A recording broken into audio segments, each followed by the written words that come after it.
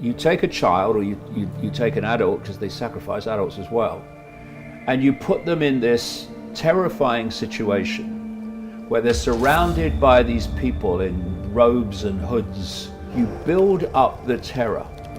What I'm saying is this is happening all over the world. So the question is, where are these children ending up? Sure. Yeah. Now, it's very clear from my research over the years that a lot of them end up in underground bases. If what you're saying has validity, at some point it will be shown to be so. And it may take a long time, but eventually it will. Because the truth in the end does have a habit of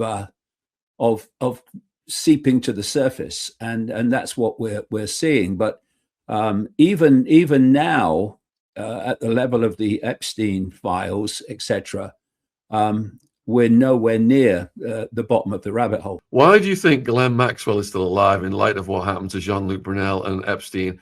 And why is she being rewarded with a soft prison and might even be getting out early? Well, if you look at, there are many people that obviously think that Epstein's still alive somewhere. But if you take it on face value, we shouldn't take anything on face value, but let's in this case. They tried to defend him for a long, long time. They tried to watch his back. And then it got to the point, not least because these survivors weren't having it and weren't walking away, where there was a great danger in the court case that he would have been subjected to, that a heck of a lot would come out that that they didn't want to come out. What you have every now and again is you have different elements of what is a global network come to the surface where it can be seen. So we have the Epstein situation.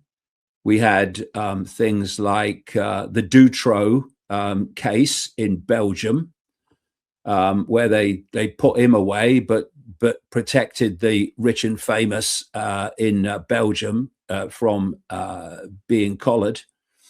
You had the North Wales scandal, which the lid went on. You have the Kincora boys' home involving Lord Mountbatten, the Queen's confidant, in Belfast.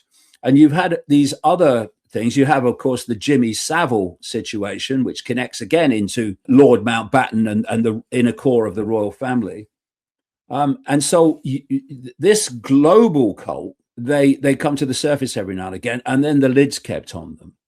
And so what they have been trying to do is keep the lid as much as possible on this Epstein situation. And what you've had is significant numbers of people who are saying we're not having it. And this is why it's still going on. Because if you remember, when Trump was asked during his election campaign, will you release the Kennedy files? Yeah. Will you release these files or these files?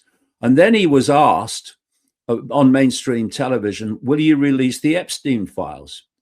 And he said, oh, yeah, well, that's kind of a bit different because, I don't want to have people basically targeted for things that had nothing to do with them, and they didn't do anything, In other words, he was signaling, even before he got elected, that was different. And the reason it was different was because I called the Jimmy Savile situation in Britain, this mega procurer of children for the rich and famous.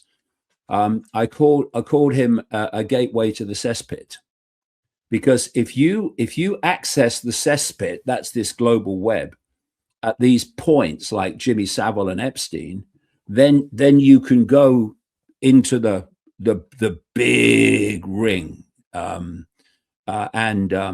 really understand what's going on. So they are trying to keep the lid on all these things when they come to light from time to time. And if you remember, Pam Bondi, oh yes, the Epstein files are on my desk. Oh yeah. And then they got these, on the books influencers, MAGA influencers, turning up to be given the files, and they hoped at that point it would go away.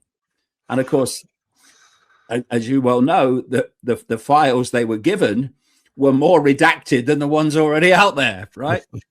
So you then had a problem because she's been convicted, she's in jail, and she knows where the bodies are buried, symbolically and literally. And so you got a problem. He's out of the picture, but she ain't. And so they then send Todd Blanche, this personal lawyer of Trump, now the number 2 at the DOJ, down to is it Tallahassee in Florida, doing a deal with Ghislaine Maxwell. You keep your gob shut. Don't implicate Trump, and it'll all be fine. And we're going to move you to this by comparison ski resort in Texas, and that's where we are now. And the problem they have with Ghislaine Maxwell, even if they wanted to take her out, is that Epstein's already apparently been taken out in jail. So what was that? What was that famous play where the lady talks about a handbag? Basically, lose one handbag, understandable. Lose 2 handbags, and what are you doing?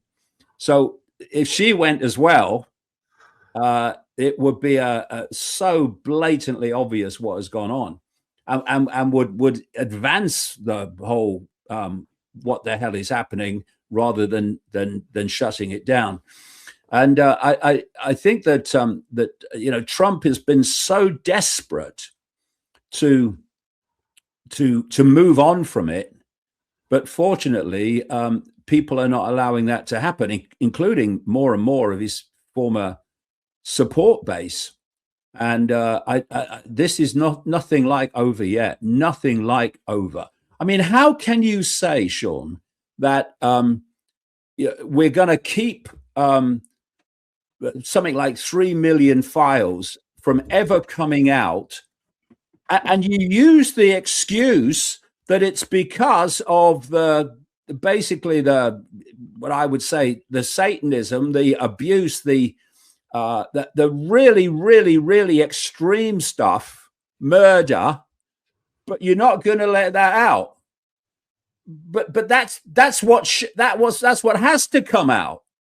Why are you redacting names in the files you have released to protect people who have written things that obviously we need to know who those people are, because they're still desperately clinging to the wreckage, trying to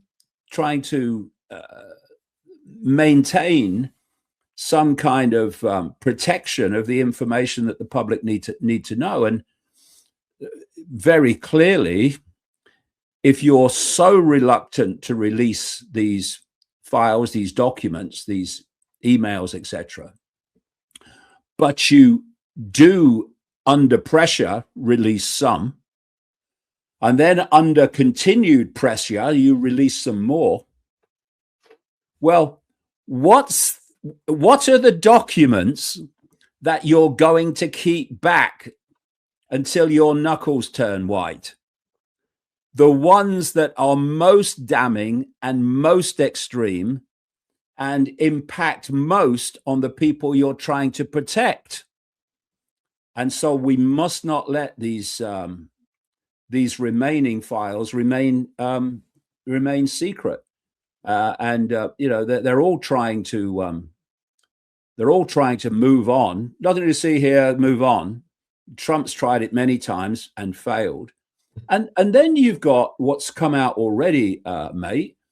You've got clearly Musk was not telling the truth when he said he was invited by Epstein to the island and he turned it down.